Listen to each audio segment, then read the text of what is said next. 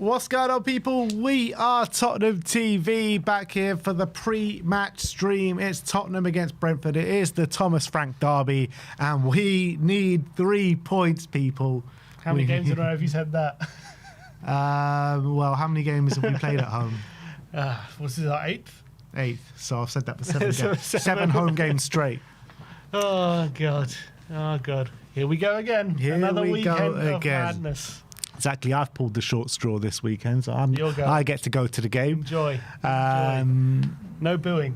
No, I don't do that. I don't do that Even shit. if Vicaro makes another howler? Yeah, you know No me. booing. No booing. Nah, that's not my. Back the team, people. That's not my style. As much as you might think it is, it's not my style.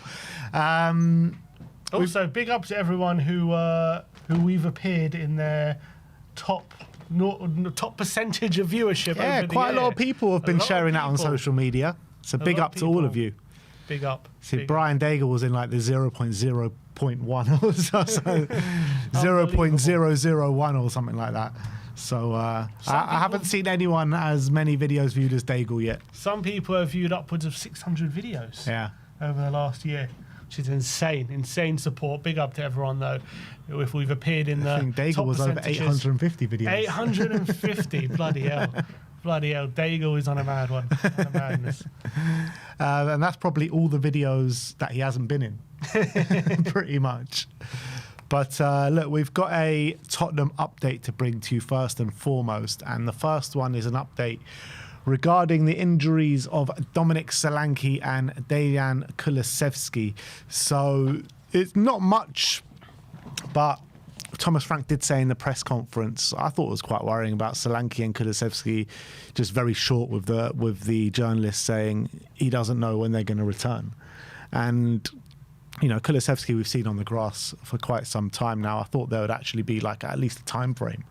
And Solanke, it's just like, God knows what's going on with Solanke. Like, nobody knows. You saw he was pictured in training or in the training centre. I don't know if it was individual training or what, but there was a picture circling.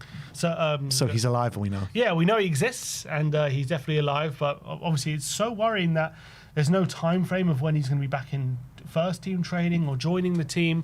Look, with Kulusevski, we know it's understandable. He's had a serious knee injury, so however long it takes. But fair enough as well. Solanke has had surgery, but you would have thought there would be some sort of time frame of when we expect to see him back. We were told Kulusevski is going to be around this time.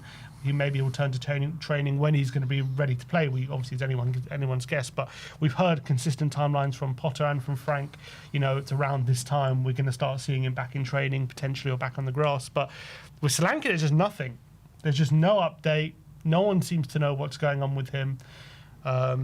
You know, we've heard so long positive steps. He's getting closer, and yet now we're hearing just no news, like no closer to return whatsoever.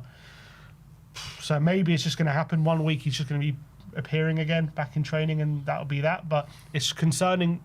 I think the most concerning thing is Frank, when he's asked about it, doesn't seem to know. He seems to get like less and less enthusiastic as the weeks go by, because when he was first asked, yeah, no worries, he'll be back after international break. The next international break comes after the international break, which he said he'll be back. Same message from Thomas Frank, and then since then he's just kind of just been like so under wraps with it all, being like, we don't know. And yeah, as the days go by, the weeks go by, the months go by, we're just left in the dark of what is actually going on with Dominic Solanke. The problem is, there's all these, look, I don't want to get into all the rumours about him at the moment, but there are like different rumours about different things flying around. Obviously, there's no credence to them, there's no actual substance to them, but the problem is, when the club are so vague about what's going on with him, it just leads to these rumours circulating about what's really going on, and it doesn't really quieten unless we get confirmation about what's actually going on with Solanke right now. Yeah, there was a report from a journalist. I can't remember which journal it was. I think it was it one of the Athletic journalists, or I can't remember who exactly, but quite a reliable source says that he'll be back sooner rather than later. But that was from Jay Harris. Yeah, that was a few weeks ago, wasn't it? I think that he actually spoke to Solanke at some sort of event. That was before the United game. And like, we're weeks away from that United game. So, how long has it been? A month? Exactly. And like, there's been nothing. Yeah. That was also before an international break. Wasn't it? I think it was either just before or just after. I can't remember. I think it was just before, because the international break was the Arsenal game, was the first game back, and the United game was the game before. So it's always these international breaks. They try and like grab us in and be like, after the international break, no worries. Yeah, Frank said it, though, the international break is going to be very important for him. And we're 2 weeks after the international break now? Yeah. And nothing, no news, doesn't seem to be any closer to returning. Yeah. So anyone's guess, but yeah, I wonder if what's going on with him will convince Tottenham to dip into the market for a number 9 in January, or whether we're going to wait to see if he can get back fit. But the longer this goes on, the more question marks are going to be there about what's really going on. If he's not back in the next few weeks, that's half the season gone. How mad is that? How mad is that? No one, with no kind of indication this was going to be a 6-month potential injury, and we're here, as you say, halfway through the season.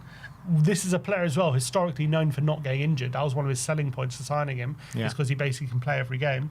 And do you remember when we signed him, we're like, yeah, Richie's always injured. At least Dom Solanke will always be available. And Richie's the one this season who hasn't been injured. Couldn't write it. In terms of Deki, though, look, as much as I'm hoping he can get back playing as soon as possible, with serious knee injuries, you can't really force the issue. And as well, when he does return, you can't really expect him to return in top form either. So it might be next season until we see the best of Deki. So anyone, I think, I keep hearing people say, yeah, well, will Maddison and Deki come back? Yeah, but that might not be this season. And we can't rely on it being this season. So we have to move on as if we can't rely on them. That's the reality. Yeah, 100% spot on. And look, we heard a few months ago, even I think Deki was in an interview himself saying like he could be back for around November time. I think he said, but I think he was just being over optimistic on that point. But we're sitting here now, 5th of December, and Frank still is unsure when we're going to see Dejan Kulusevski again. I think the initial report said, you're looking at between mid to the latter stage of December. But yeah, nobody knows. I don't know. Is he in first team training yet? I don't think so. No. So we saw what's been going on with Dragoshin. Yeah. He's been in first team training ever since like September. He's or at least around then.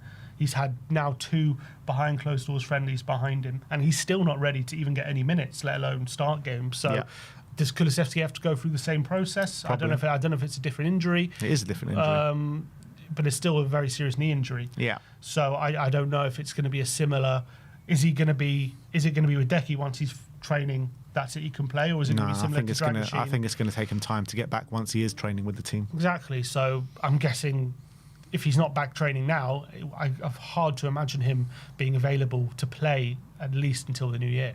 Yeah, I'll say even further than that. But look, there's no point even talking about timeframes when Thomas Frank doesn't even know timeframes. So that suggests to me that we're quite some time away from seeing Dejan Kulusevski back in a Spurs shirt on the pitch. But having said all that, there has been a report from a Napoli publication saying that Antonio Conte wants Napoli to sign Dejan Kulusevski from Tottenham Hotspur next year. I don't know if he means next year as in January or next year as in the summer, but Conte obviously was the one that signed Dejan Kulusevski at Tottenham, and now he wants him at Napoli apparently. Wouldn't be surprised. Well, it depends if Conte's resigned by then or not. You never know with him. But I'm sure Conte would love him at Napoli because he was obviously very good under him, so it doesn't surprise me. But I always feel it weird when these reports come out because, like, you don't even know when Dejan Kulusevski is going to be back to full fitness. Like, why even if it's a bullshit rumor, like, why even put this in the press? Just to get us reading about it. That's it. You've done their job for them. Well done. So that's that. Next up, Team Talk. Obviously, not the most reliable source, but they're saying that Tottenham could launch a 40 million bid for Brighton defender Jan Paul van Hecker. Or was it Jan? Is his name Jan? It's just Paul van Hecker, isn't it? No, Jan Paul van Hecker. Yeah. In 2026. I never knew his name was Jan. Get him in then if his name's Jan. Dutch defender called Jan. Yeah, I'm sold. Also, except for Jan was a Belgian defender. That's a good point. He used to play in Holland. Yeah, you're right. When it comes to Jan, one of 4 defenders now this season who've scored a brace with Van der Ven, Romero. Yeah. Get him in. All our defenders seem to be scoring, so if we need a goal-scoring defender, maybe Van Hecker's the the ideal candidate. I've been very impressed with him at Brighton over the last couple of years now. I think he did struggle near the beginning, like he seemed a bit flat-footed, but this guy is very tall. He's actually a lot quicker than people give him credit for. Actually really good with the ball at his feet. I don't know if you saw the goal he scored late on in the game against Villa. You can see the guy's got good technical ability about him. I think he would suit us. But yeah, I don't know if that's a realistic signing right now. Yeah, I think it only makes sense if one of Romero and Van de Ven leave Spurs. To be honest, I don't see us going for a big money centre back if them two are still at the club. We have been linked with him in the past. I think we were linked to them in the summer. There have been a few various reports since then as well. I rate him so highly, as I would say he's one of the best centre-backs, in my opinion, outside the top six. I genuinely believe that. I think he's really good quality. I agree. And if one of those defenders were to leave, I'd be very open to signing him, but I can't see that happening. You know what? If you're looking at how Arsenal are dealing with their centre-back problems, they've just stacked the quality, and if we want to one day compete up there, maybe that's what you got to do. Yeah, it's true. Yeah, I don't disagree with that. But can you actually see Spurs doing it? I just can't. Not historically, no, definitely not. But times are changing, Ben. Yeah. It's a new Enoch. Bigger picture in that. It's a new Enoch. This next report from Calcio Mercato claimed that Nottingham Forest are now battling with Tottenham and West Ham to sign Matteo Pellegrino from Parma. Parma, 24-year-old Argentinian striker, has a market value of $6 million. Scored 4 goals in 13 games this season. Don't know much about him, but I'm against it. Why are you against it? Because I don't know much about him. He's already 24. I know 24 is not old, but look, to be honest, I don't have too many reasons why I'm that against it. But when you're looking at the other teams interested in Nottingham Forest and West Ham, it does. His stats seem awful. Oh my god. Doesn't seem like. It just seems like he's chucked our name in there to drum up interest. Yeah. To be honest, why would we sign a striker like that unless there's something we're seeing, which means he's completely undervalued by everyone else? But it just makes this signing. It just if we were to go and sign him, it just like makes me think back to like Carlos Vinicius and like strikers that we've signed of that ilk. You know what I mean? At least he was top goal scorer in Portugal. Yeah, it's true.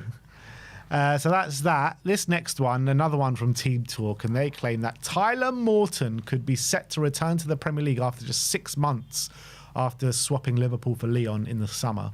Morton's impressive displays for Lyons have caught the attentions of several Premier League clubs, including Tottenham, Palace, Forest, Brighton, Newcastle and Everton. They're all keeping tabs on the 23-year-old. Morton, however, is delighted with how things are going in France. However, Lyon, they're not looking to sell the midfielder. However, Lyon do find themselves in a bit of financial issues at this moment in time and would be open to doubling what they paid for him, which was £15 million. So 30 million could get you a Tyler Morton. To be honest, I haven't seen what he's been doing at Lyon. I know at Liverpool he was like didn't get much first team opportunities, if any. But he's doing well in France. Yeah, and I've seen he's they're very happy with him there, and he's quite a good technical midfielder, good passing as well. He is kind of the type of midfielder we are missing a bit. He like kind of can set the tone in the middle, kind of play good short passes, keep the ball ticking, a bit of a pace setter in the middle of the park. So I can understand maybe the appeal. Is he the answer? I don't know if maybe. I mean, I would say he's more of a player you would add to the squad rather than someone you buy to start. But I think he is doing very well at Lyon. Maybe give it, see if he can sustain it. Would you be open to seeing him at Spurs? Yeah, sure. You would? Yeah, be open to it. Okay. And last but not least, we're going to go back to that old chestnut, Rodrigo of Real Madrid, as Graham Bailey says that it is believed that Tottenham have emerged among the Premier League clubs that Rodrigo would consider joining. His representatives are actively working to secure a January departure from the Bernabeu. Intermediaries representing the 24-year-old are working diligently to identify potential destinations, with Arsenal and Liverpool already engaged in discussions. Rodrigo himself has made it clear that he would welcome move to Manchester City, Manchester United, Chelsea or Tottenham, though currently only Arsenal, Liverpool and City and Spurs are actively monitoring his availability. Obviously, we know it's going absolutely horrific for him at Real Madrid. Hasn't scored a goal in his last 30 appearances as well, which is absolutely crazy to me. But we know he is a player with huge amounts of talent. Do you think it's any sort of realistic opportunity that Spurs could be in the mix in January? Who knows if no one else is interested? But the way we're going, would he really want to join us? That's the thing. I'm sure Tottenham would want him. I think there's clear talent there. Again, because of the options Madrid are having, he's clearly disillusioned there at the moment. He's not really getting a look in his favourite position. He's always seemed to be playing third or fourth fiddle to Mbappe and Vinicius, and even Arda Güler gets minutes ahead of him, and he's not really getting a look in. So I think he needs a move. He needs a fresh kind of club at the moment. There was a lot of talk, obviously, in the summer, and he had maybe a falling out of Alonso. He was heavily linked with some of the bigger clubs like Arsenal, Liverpool. Obviously, Liverpool, there's a natural fit there because they need a winger. Arsenal obviously need a left winger, but obviously we need a left winger as well. And Frank, looking at his press conference, he was asked about the left wing spot. He said, look, it's fair to say no one's really nailed down that spot, and there's competition, but he was asked about whether they're looking to maybe sign a player in that position in January. He said, look, we're always open to improving the squad. Looking at his body language when he was answering that question that time, told me, yeah, we're going to be looking at a left winger for sure in that January. So look, whether it's Rodrigo, I find it hard to believe. I'd love it to happen. I think it would be a really exciting signing, and I think this guy has got bags of ability, and I think he's underutilised at Real Madrid. He's been a big player for them before, but at the moment he seems to be completely out of favour, needs a new challenge. But whether Tottenham are going to be actually in the running for him, I find it hard to believe. But yeah, never know. He doesn't seem to be fighting like tooth and nail to get back into that Real Madrid team. He has had chances this season. Let's get it real. He has had chances this season. He started, not many in terms of starts. He started like 2 or 3 games in the last couple of months, but he does seem to still play in every single game, some part, whether it be like 20 minutes, 15 minutes, 25 minutes at the end of games. And apparently he's just been shocking for them. And to not get any goal in your last 30 games, whether that's 20 minutes or starting, it is poor. It's not good, is it? But clearly there's something wrong there between him and the club. I think he wanted out in the summer, didn't happen, and there's there's a problem there. I think this is a player with obvious quality. I think everyone can see it. Yeah. All right, well, that is the situation regarding Spurs transfers and injuries. That is your Tottenham update. Let me know in the comment section below your thoughts regarding all those news stories that we did talk about today. And let's move on. Let's move on and get into the game. It is Tottenham against Brentford. It is the Thomas Frank derby. And this is your predicted lineup in terms of injuries. What have we got? Yeah, we spoke about it a bit, but we know Maddison, Kulusevski, Solanke, no closer to returning at the moment. Kota Taka actually played, and Dragoshin both played in a behind closed doors friendly a few days ago, so that's really encouraging, and hopefully that can lead to them getting closer to starts. But Frank said everyone who was available against Newcastle is available, so he didn't say anyone is added to that. And Basuma is still injured, and interestingly, he removed all Tottenham pictures and mentions from his Instagram. So take from that what you will.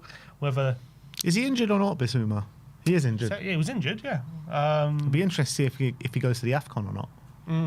Yeah. Yeah, it's true. But seems as though he knows his time at Tottenham is done. So I'm like, it's peculiar why he's chosen this moment to remove all Tottenham stuff from his Instagram. Has he recovered from his injury and now like they're telling him, there's no chance you're going to play now? Maybe that might be it. Yeah. It's hard. Maybe there's a move happening behind closed doors and we haven't heard about it yet. Maybe there's something been agreed. Yeah. Who knows? But yeah, obviously I think that's an indication that he's played his last game for Tottenham, that's for sure. Yeah. So his last game was the Europa League final. Not a bad last game. It's all right. I bet loads of players right now probably wishing the same. But look, we're going to get into our predicted lineup. I think it will be what we played last time against Newcastle, the 4-3-3 or the 4-2-3-1, whichever way you want to spin it. But it will be something very similar to that. I But think so, yeah. I'd be surprised if it isn't. yeah, we do know Vicario most definitely will be back in goal. Yep. No booing, hopefully, this time. No booing for Vicario, please. Well, seeing as I think Spurs fans, they do have a knack of booing, and they do have a knack of making a player feel under pressure. But I think once the tension is kind of died down, they do have a knack of kind of making up for it a little bit as well. We saw it with Brennan Johnson after what happened last season, or was it last season or 2 seasons ago? Last season, yeah. Yeah, it was last season, and then they kind of made up for it throughout the season, chanting his name non-stop. And Vicario, very similar, booed him against Fulham, and then the whole game against Newcastle, chanting his name. So I think he'll get some nice cheers at the Tottenham Hotspur Stadium this weekend. So that's Vicario. Right back, Jed Spence or Pedro Porro? See, I think we need Porro in this game. I say that a lot, but again, set pieces is going to be so crucial. I think we just need his delivery. We need that quality. He's not been. To be fair, he's not been providing it recently. So to say we need it, I can't really sit here and say we need how he's been playing recently. That's for sure. But I think we do need him in this game. We need him at his best. Put it that way. Whether he's going to hit that, I don't know. I also feel like the doggy has played the last few, so I actually think he might get a rest in this one.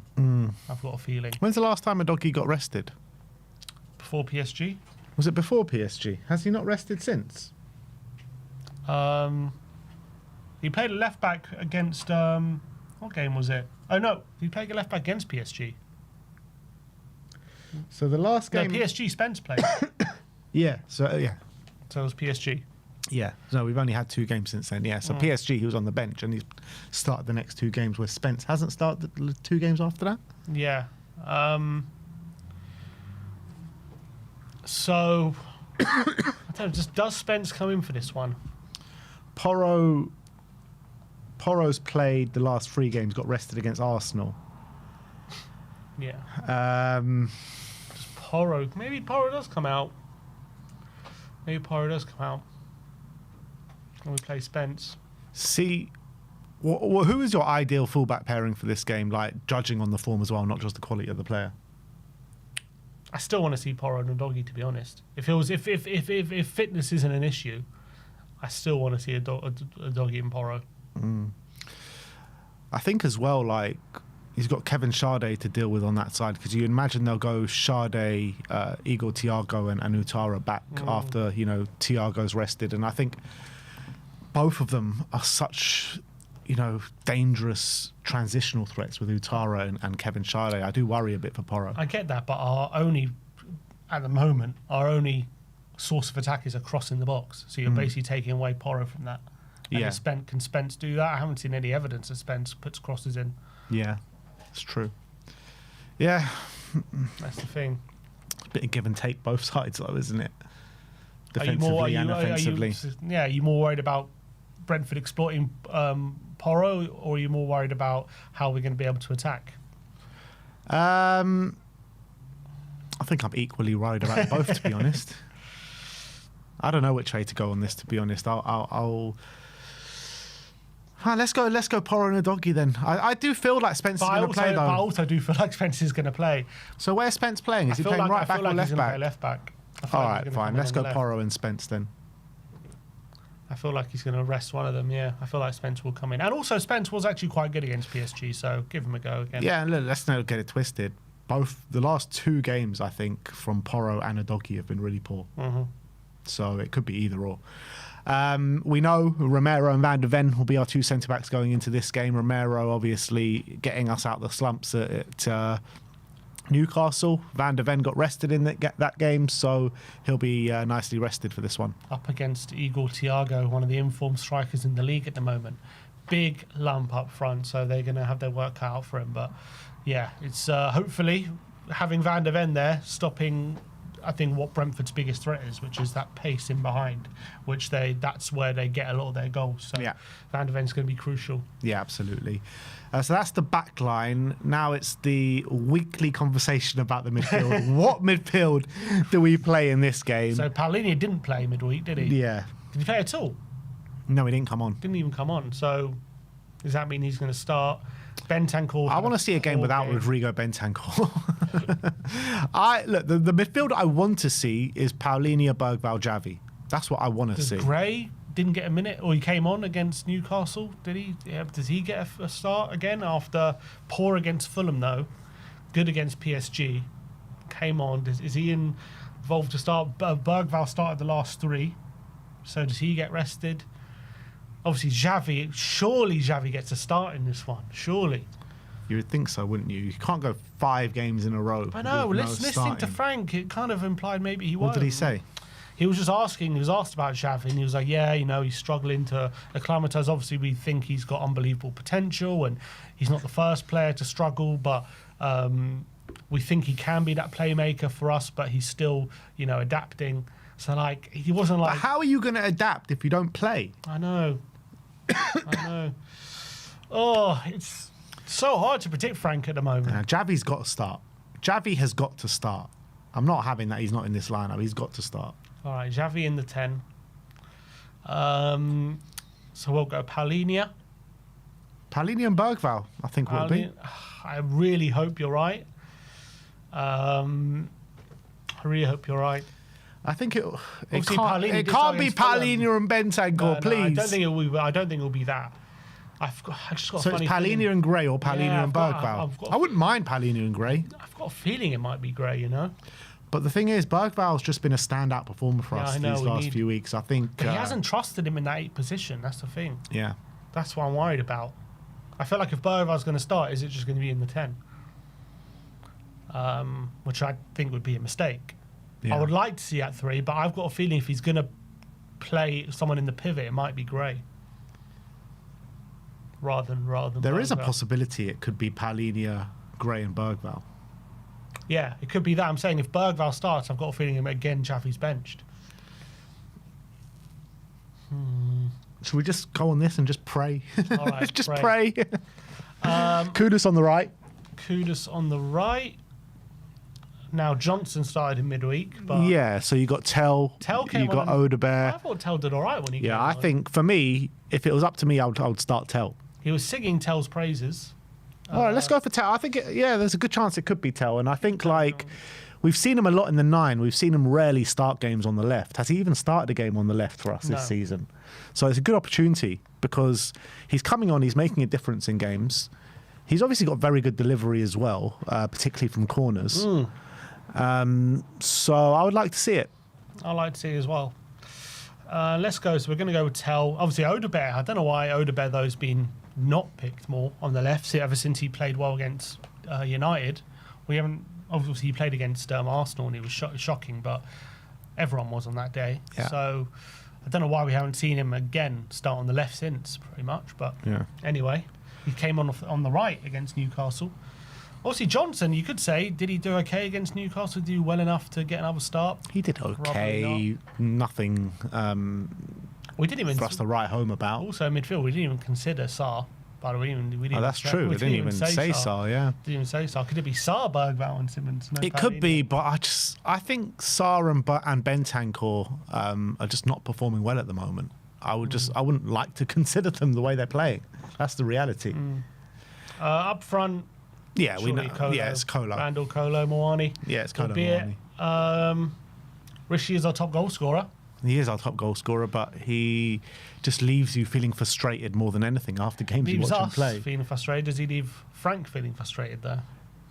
Yeah, He was actually I hope talking. so. He was comparing. Asked about Richarlison in his press conference, comparing him to Igor Thiago, saying Igor Thiago is a bit more physical, but he said that he thinks Richarlison has better hold-up play and he's better in the box. That was his assessment. But interesting. Yeah, but Randall. The only thing with Randall is he has started how many games in a row now? how many games has he started in a row? It's quite a few, yeah. 1, 2, 3, 3. 3 games in a row. So the last one was at Arsenal. He started on the bench for Arsenal. He was on the bench for... No, he started against Man United and got taken off at half-time, To be didn't fair, he? he got taken off how long our last game? 77. Yeah, so he's had a bit of a rest. 10 minutes, yeah. Yeah, so I think he should be all right to start. Yeah.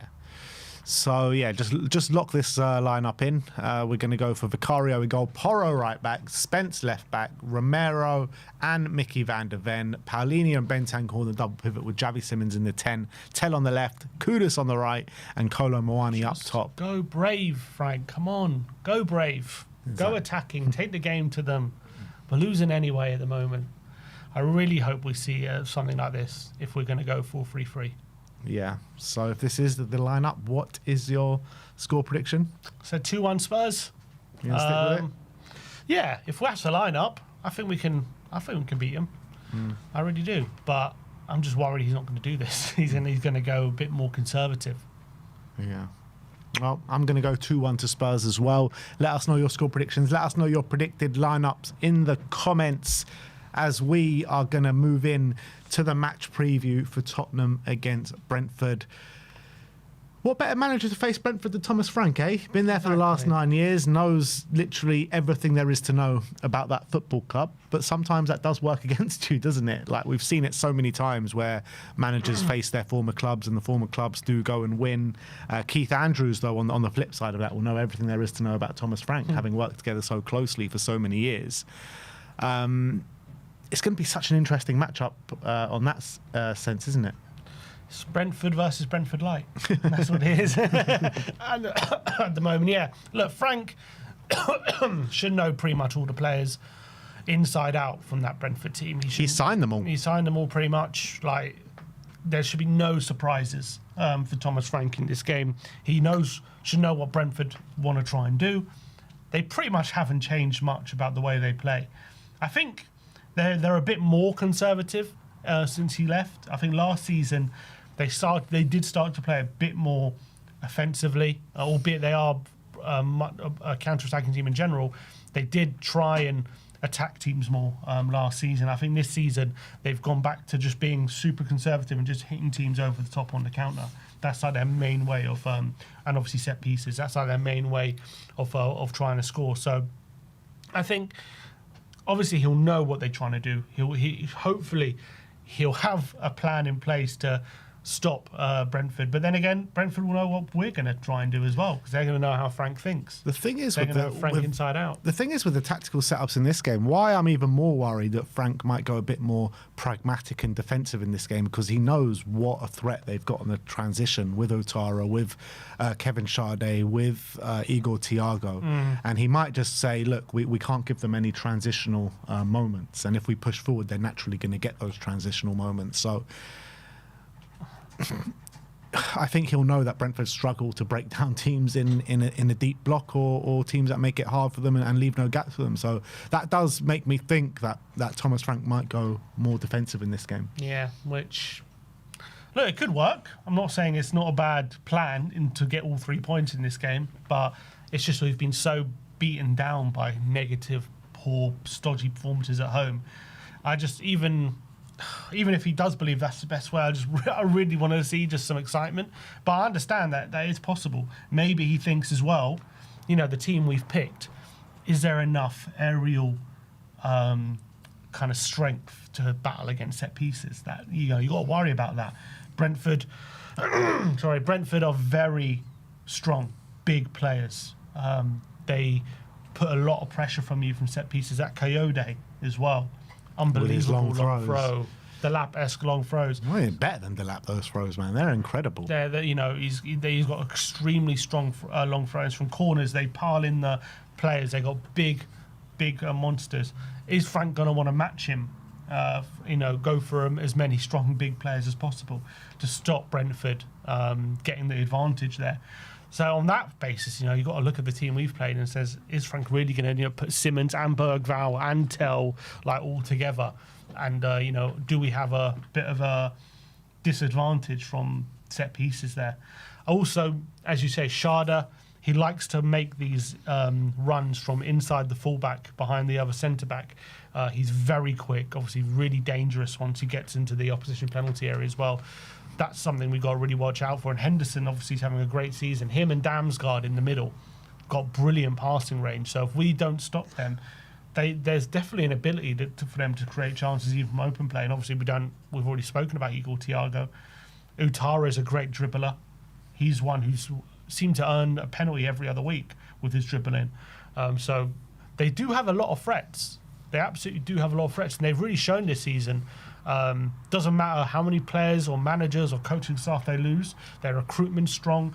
The club exactly know what they want from a manager, and they know what they want with the players. There's still that holistic approach. It hasn't gone anywhere, and they just keep going from strength to strength. I don't know if they're better than last season, but they haven't really missed a step. To be honest, No. they're really good. I think they're on a similar level. Yeah, they're just as good. In just given the fact they lost Wissa, Mboimo, and Frank, and all the coaching staff, the recruitment being and all their top-notch. top players as well. Yeah, Wissa and Mboimo. And Norgard, their captain. Norgard as well, yeah, absolutely right. They've replaced them fantastically. Really Goalkeeper well. they lost. Yeah. They lost so many players. It's crazy. But that shows the value of having really smart recruitment. Flecken goes bringing Kelleher, and Norgard goes bringing Henderson. Mboimo goes, they've got Utara in. Obviously, Thiago they had already, but they've just trusted him. They've trusted their previous recruitment to replace Wissa. So it's been top notch from Brentford, and it goes to show you don't need to spend millions and millions to get the right fit for your team. I think there's the evidence of that. Yeah, it depends what kind of team you're trying to create, to be honest. I think if you're Brentford and you're happy to float around at mid-table, then yeah, fair enough. But if you're Spurs, it's probably a different kettle of fish, because we want to break into that top four and eventually start challenging the league title. I think when we're trying to rebuild our squad and trying to get those top quality players to fight at the top, I think, Arsenal have proven you do need to spend a hell of a lot of money to get there. You do, but obviously you need to invest. But I think Brighton and Bournemouth and Brentford all showing, because at the end of the day, those are the clubs we're going to be looking at to sign their players. So it goes to show you there is talent to be had, that you don't have to spend hundreds of millions to get that talent, because they're doing it. They're replacing their players. They're selling their player for 100 million, signing a replacement for 20, and they're just as good. They're just coming in and being just as effective for what they want. And then they'll go probably for big money. So I think those are good lessons to learn from these clubs. I don't think you can build a whole squad like that, though. You can sign one or two players, fine, but, it's not like they're fighting for Champions League or anything like that. It could be if they don't lose their players all the time. Not Brentford maybe, but I think Brighton and Bournemouth, they look at what Brighton's team could be if they didn't keep selling their players. But you're saying they replaced them with equally as good players as well, so So why aren't they fighting for Champions League then? Because they keep losing their best players. Yeah, but they keep replacing them for equally as good players, you're saying. Yeah, but they're not building on their squad. They keep losing it and just replacing it. So at a certain level, let's say in the mid-table, just below the European spots, and they need to really challenge. They need to keep adding to it, not replace it. You know what I mean? If they had Caicedo and Baleba and all these players and Cucurella left back, maybe they could challenge for Champions League spots, but they keep having to just replace and they can't. They've got no kind of stability in terms of that sense. They're keeping refreshing the squad, and that's part of their model, I guess. Maybe one day they will. By the way, I wouldn't be surprised if one day they do start challenging for Champions League. But right now, they're focusing on keep replacing the players they're selling. So you can't really start challenging the top teams until you're in a position to say no to selling your players. But surely by now they are in a position to say no. The amount of money they've made, you know what I mean? I don't know. That's part of their model at the moment. I think that's the aim. But I don't know if they're there yet. Maybe they will be in soon. But back on the game, I mean, Brentford, as much as we've sung their praises this season, away from home they have been pretty poor, to be honest. Yeah. I think they've won one away game all season, losing. At West Ham. Yeah, and they've lost every single other game. And no matter if the opposition is pragmatic, the opposition go and attack them, they do seem to be a kind of soft touch away from home. Albeit I thought they were decent against Arsenal, but still, Arsenal was still the much better side. Yeah, and I think teams do usually just go for them when they're at home because they see them as inferior, and a lot of the time the other teams have superior quality. So they obviously have a way of playing which, for some reason, they get to suffocate the opposition more at home, and it seems to work, especially against bigger teams. Well, it has worked against bigger teams this season at home, but away from home, it seems to be getting undone. But the last team that came to Tottenham Hotspur Stadium also had a terrible away record, and they came with all 3 points. So maybe the answer is just don't concede 2 goals in the first 6 minutes, and maybe you'll be all right. But I think it's just so important make sure we're on the front foot from the first minute, make sure we're on top of them, make sure we're being aggressive, don't give them chances to breathe, and show your quality. And at the moment, it's been few and far between, but it is so important in this game that we do that. Can we not just like see what Thomas Frank says in a press conference all throughout the season and actually put that into action on the pitch, as in be aggressive, go after them from the first minute? You know what I mean? Like, he keeps saying these things, but we don't see them in action. Mm-hmm. Can we not see it, please? Like, just for once, from the off, at the top, get the fans on your side. He keeps saying we're going to come flying out the traps, and it hasn't happened. Not once. Happened. So actions speak louder than words. You can talk the talk, but you got to walk the walk. Yeah, and that's at the moment. That's been the kind of story of Thomas Frank at the moment at Tottenham. He says a lot of things, but at the moment, it's not really what we're seeing. Yeah, the reality is, no matter who's kind of been the Brentford manager, also basically been Thomas Frank, but you always kind of know you're in a game. And I feel like we have I know we've beaten them quite a few times at the Tottenham Hotspur Stadium, but we've always struggled to beat them. I remember last year we kind of blew them all. Was it last year or the year before? We blew them away in like the first 5-10 minutes of the second half. But still, like, for the rest of that game, it's not like we were scintillating or anything. I thought Brentford gave as good as they got the rest of the game. We just kind of blew them away in a 10-minute period, didn't we? Last season we battered them. It should have been a lot more. But they did have a period where I remember Vicario had that handball, didn't he? What was the year that we beat them in like the first 5 minutes of the second half? That was 2 years ago. Oh, that's the game I'm thinking of. We beat them 3-2. That game, yeah. That game was when Morpie did the celebration to Madison, and they got in a bit of a thing. But last season last year was 3-1. Yeah, we comfortably beat them. But Vicario, I remember, I think that it was at 2-1. Vicario handballs the ball outside the box, remember?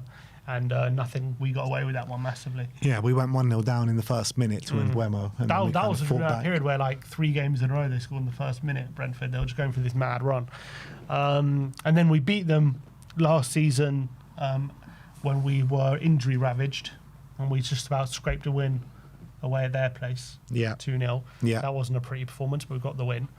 But yeah, they always give you a tough game, Brentford. They always have, ever since they've come to the Premier League. They've always found a way just to keep themselves very competitive in these games. But there's no reason in terms of the quality that we shouldn't be able to overcome them and be better than them. But yeah, it's just this is a game which is just written for Brentford to stick the boot in at the moment, kick us while we're down. That's what I'm worried about. It's just a headline writes itself, doesn't it? That's what I'm worried about. I'm just looking at this game, and as much as you look at the quality of the two sets of teams, I am really worried that we don't win this game, just because of the form that we're on, and the story. The storyline of Thomas Frank being at Brentford for 9 years. He finally gets his big move. He joins Tottenham, and Brentford come to the Tottenham Hotspur Stadium and beat them. It's just written in the stars. Mm-hmm. That's what I'm worried about. Yeah, and obviously they'll go above us if they do end up beating us. They're right now 13th in the league. We're 11th, so adds even more to the story. That adds even more. We're on the same points at the moment. We're better with the goal difference. In terms of like this season, how they've been playing, they've played a lot of basically strong defense. They seem to be playing like 4 centre backs a lot of the time across the back line. Very strong, kind of a team geared up basically to work with set pieces, be aerially strong, not be intimidated by the opposition. But I also feel like our wingers, if we can get them isolated, could get a lot of joy against their fullbacks. That could be something that we need to focus on, and sure enough, we do like to focus out wide. So maybe in this game, maybe that could work. I also feel like, though, spamming in crosses is exactly what Brentford will want. I also feel like that's the bread and butter of their defenders. They live for like just heading things away and getting their noggin on something. So that's also something like we need to have a bit more guile about us. But their plan of attack is quite simple a lot of the time. It's bait the press, get the ball to Henderson to play a long ball over the top to Thiago Sade, or find Damsgaard in between the lines of the midfield and the defence, get him to very quickly turn and play a through ball to their forwards into space. A lot of the time to Sade, but also could be to Ouattara or to Thiago as well. Damsgaard is very dangerous. If you allow him any sort of time and space in the middle, he can pick that lock. He's shown that time and time again over the last year or so, and he just floats in between that space between the midfield and defence. He's been brilliant. I feel like he's not as dangerous this season as what we saw from him last season. Yeah, I think last season they were playing through him a lot more. This season, I think Henderson's the one who they seem to be playing through. He's the one they rely on to get those passes. But Damsgaard just plays a very specific role, just to facilitate progression and just play those defining through balls to the front foot, to the front three. So I'm looking at his stats. They make those runs. Sade especially makes that run in between the fullback and defence. It's hard to stop sometimes. I'm looking at his stats, Damsgaard. He got 11 assists last season. That's how instrumental he was for them. Only one so far this season. So I think that goes even more to prove the point. What you were saying about Jordan Henderson, albeit I don't think Jordan Henderson has got too many assists this season. It's all about their front three. Let's be real. All three of them are just so dangerous and so pacey and so strong as well. Like Kevin Sade and Ouattara, I think they're up there for most fouls committed in a season. They're always committing fouls, those guys. And our fullback's going to have their wits about them. That's why I'm a bit worried about playing Pedro Porro in this game and getting him high up the pitch. We're going to get caught out massively if we do that. Yeah, at the end of the day, it's risk versus reward for in football. And in my opinion, with the quality we have, do you risk being caught out once or twice for the sake of having domination and quality in your team to score goals against them? Or is it the opposite? Do you minimise risk and then you go into the game in well, I know which way Thomas Frank's thinking about it. That's what I'm worried about. I mean, he could go. I'm hoping he doesn't. He keeps saying, "I want to play front foot, attacking football, aggressive football." I want to see that.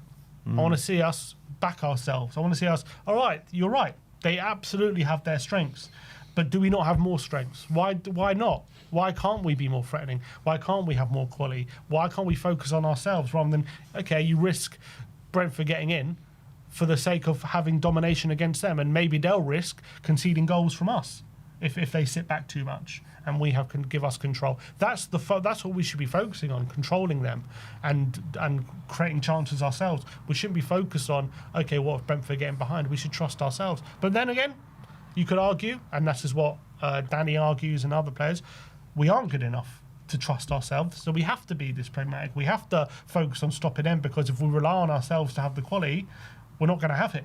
So we are though. I'm saying, but that's the argument of some people. Yeah, you could say that. Maybe is that what Frank's thinking actually? Because you know what, he was chatting in the press conference and he was talking about. It was quite.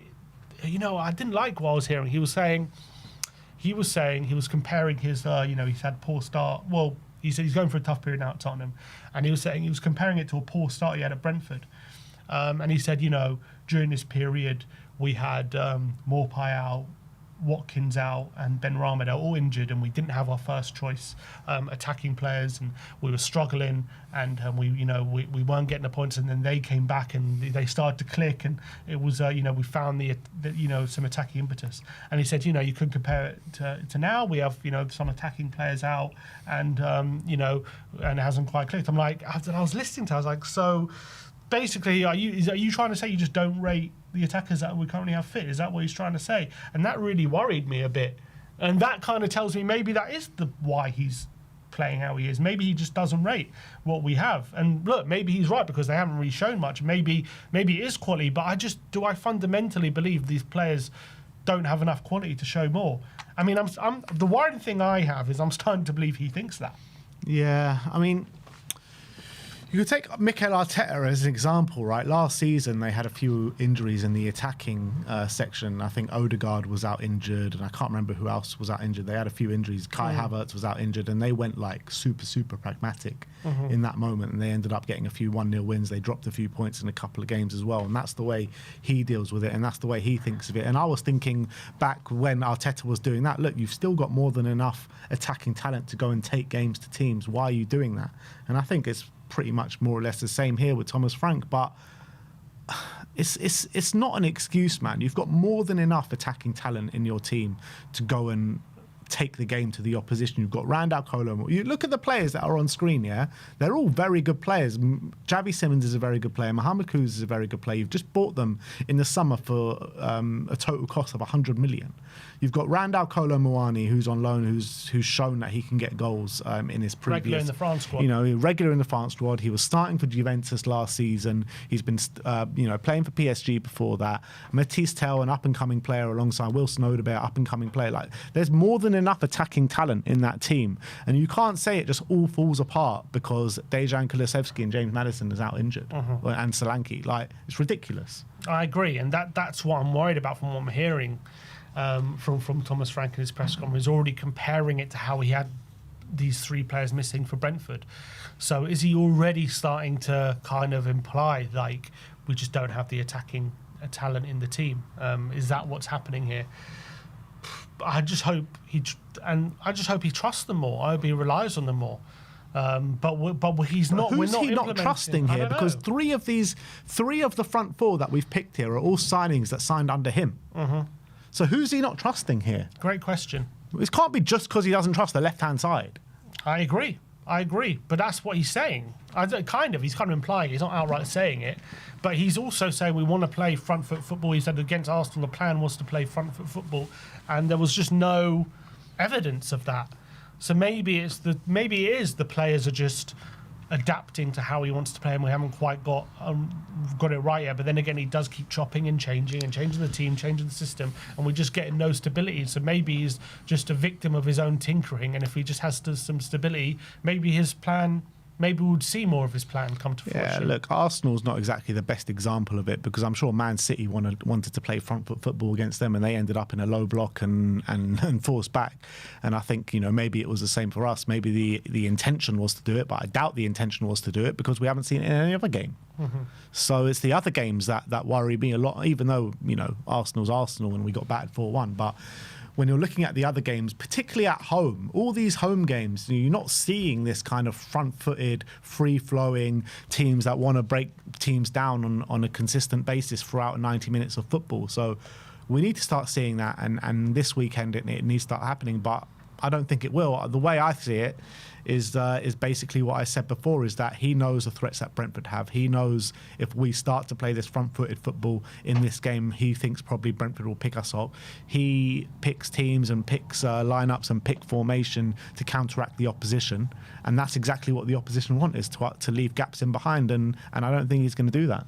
Yeah, I'm worried about that. I'm worried it's going to be another just performance where we're struggling to create, struggling to get on the front foot, and just basically so worried about the Brentford's front three getting in behind that we neglect how we want to play. Maybe if we do that, we might win on a set piece, or we might win with a bit of luck. But I just envisage another, whether it be a win or not, we might get the result, but whether we do or not, I just envisage another performance which is going to be uninspiring. But I really hope I'm wrong. I really hope this is the game it clicks. And to be fair, look, as much as it wasn't a good performance against Newcastle, hopefully we gained a bit of momentum getting that equaliser. You saw a bit of togetherness at the end of that game with the team. Maybe that's the spark that could ignite this team and get the fire in them to start a good run of form. That's the positive side. Maybe that's what we're going to see on Saturday. It can give you a bit of confidence the way that we, clawed ourselves back in that game. Yeah, you got to hope so. Yeah, I agree. And I think sometimes that's what it takes. It just needs a bit of luck. It needs something to spark into life. And maybe that draw against Newcastle will be it. You saw a bit of shithousery at the end of the game, and Romero taking it to the Newcastle, and there was just a bit of togetherness, a bit of fight about them, and a bit of a never say die attitude about them. So maybe we take it into this game and we start with a bit of confidence and momentum, and we don't start so scared. But I guess the problem is, do the crowd play a part? If we go down early in this game, will they start to get on their back again? Probably. Will the anxiety start to set in? So I think that's why it's so important we do get off to a good start in this game and just take an early lead, settle everyone down, and maybe that momentum and that that excitement, if we do have a good start, could just take us through. And I think momentum's a very powerful thing in football. I'm seeing comments in the chat saying he wanted Morgan Gibbs-White and got Javi, and he wanted Savio and got Tell. I mean, that is the most ridiculous thing I've ever heard. Like, it's not like this is a Bastoni and Longley situation. We've got Javi Simmons starting for the Netherlands, one of the most sought after players in the last couple of years. Like, he's been brilliant. You know what I mean? He's a top player. And we're not even starting him, never mind utilising him and getting the best out of him. And let's be real, the stats behind Javi Simmons, regardless if you think his personal performance have been good, 9 games, 6 wins, 9 games, no wins without him. Yeah, haven't won a game when he hasn't started since he's joined. Which is crazy. Just start him, man. That's what I say. Just start him. And also, like, when you're saying we didn't get Savio and got Tell, first of all, Tell joined before we even went for another left winger. And it's not exactly Savio is like pulling down any trees for Man City this season. He's been pretty shocking all season. So the attacking players that he's got at his disposal are good enough for what we want to be this season. And that is a top 6, top 7 team. So yeah. I'm not having it. Well, and Frank's whole thing was also, I don't get this criticism of he just doesn't have the players. Like, Frank's whole thing was he works with what he's got, he develops a system with what he's got, he improves the players. And maybe, look, fair enough, maybe that all takes time, but we got to see evidence of that. Yeah. And if you're one of the people who does back Frank, then you should be backing Frank to improve the players. You shouldn't be saying they're all crap and we all need to get rid of them. You should be saying, okay, give Frank time to improve them and they'll start to get better. If you give Frank time to develop the relationships, do we did at Brentford, get play to their strengths, they'll get better. The argument shouldn't be Frank's failing because all these players are crap. The argument should be he needs time to make these players better. That should be the argument. Yeah. Because that's the whole point of bringing someone like Frank in. That was the whole selling point of him. He develops players. That's what he said as well recently. Like, I like to develop players. That's what, And I do think that's true. I do think he does need time to develop. Like, development doesn't happen overnight. It's a long process. Mm-hmm. And when you're asking him to develop these young players, like, all these people, I've heard people say, like, oh, who has Frank developed so far? It's like, he's not even been in the job half a season yet. How's he supposed to develop players? Yeah, so he does need time to develop these players, 100%. Yeah. I agree, and people throw this. He had Mbeumo and Wissa and all these players at Brentford, but he improved all of them over a long spectrum of time. Wissa came from League 2, the second division in sorry, not him. He came in from Rennes. He was like an average winger in Rennes, and he came in, and even in the Premier League, it took him about a couple of years to become the striker we see today. Even for the first season, he was like another average winger until he became this, striker. And Mbeumo came from the second division in France, and he had to grow him as well. And it took him a while to grow Mbeumo as well. It wasn't like a short thing. Tony and Watkins both came from the EFL. Watkins was a winger when he bought him, like an average winger in the EFL, when he turned him into a monster striker. Tony as well came from the EFL. So all these players, for the starting point he got these players from, the players he's got now are a much higher starting point that he's got them. So he in theory, there's no reason why he can't develop them into a lot better players. And I agree with you in terms of improving them.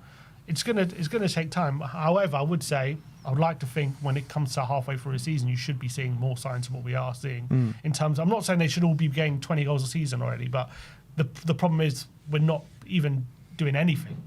And that should never be the case. Yeah. We should be doing a lot more than that. But I just don't get this argument from people who are blaming the players. Then you should be demanding Frank gets the better out of them. You shouldn't be just saying they're rubbish. Yeah, I agree. Because look, the reality is at the end of the day, we do want better players at this football club ultimately. But just what I keep saying, I think people don't understand fully what we say when we back these players. It's not that we think that they're world beaters and we can win the league with these players, but what we think we should be doing a lot better than what we're doing with these players, and we should be, in the fight for Europe at least, Europa League. You know what I mean? With these players that we've got at our disposal, there's no reason why not. Can't polish a turd. If we signed a winger from the French second division, people aren't going to say, oh, he's crap, he's rubbish, and look what he did with that. So. Yeah. This, Frank can improve players. We have seen it. And look, at the end of the day, when it comes to the whole conversation with the manager, as much as I'm struggling with him at the moment, I'm struggling to see what he's trying to do. We've gone this direction. We're going to have to give it time. We're going to have to hope he turns it around.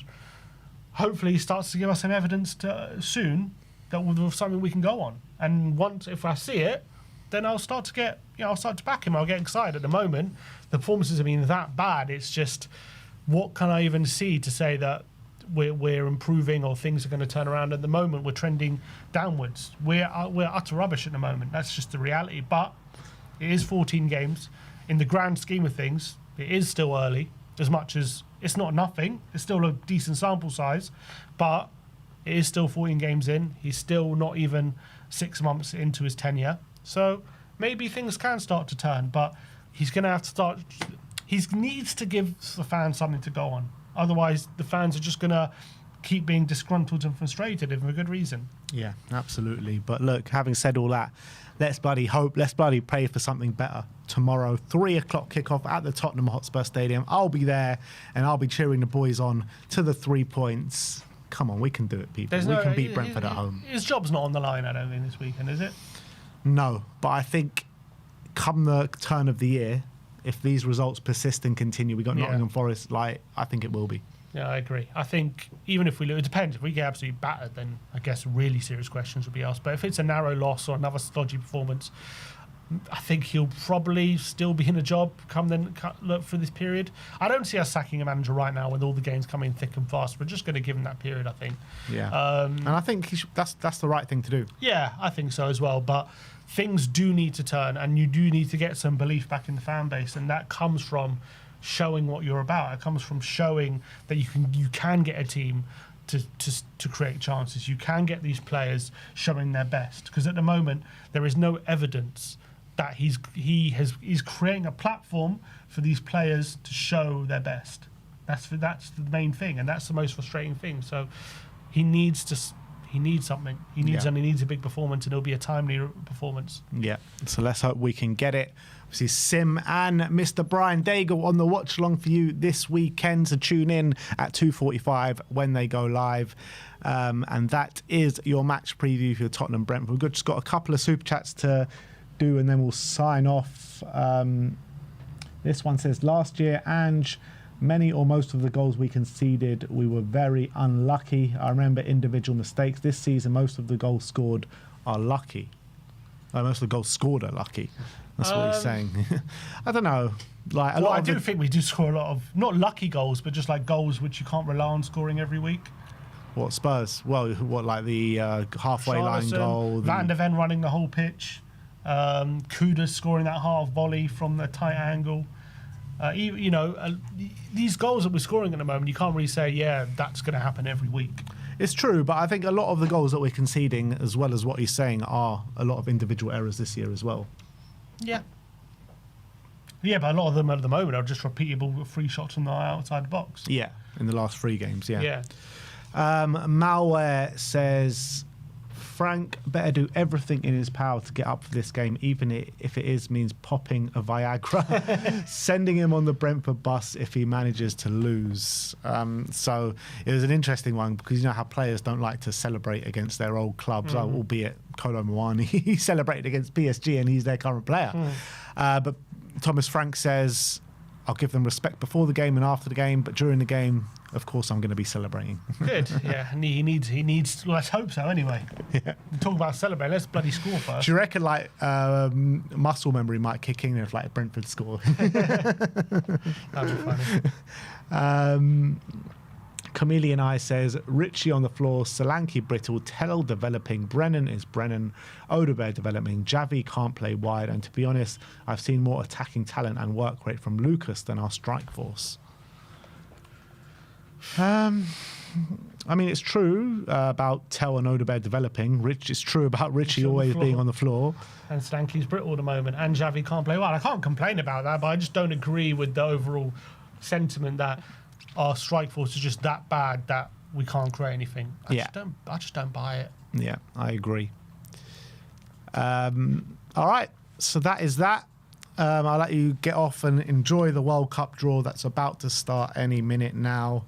But that is it from us today. Thank you, everyone, for joining us. Like, subscribe, and comment. And as always, come on, you Spurs.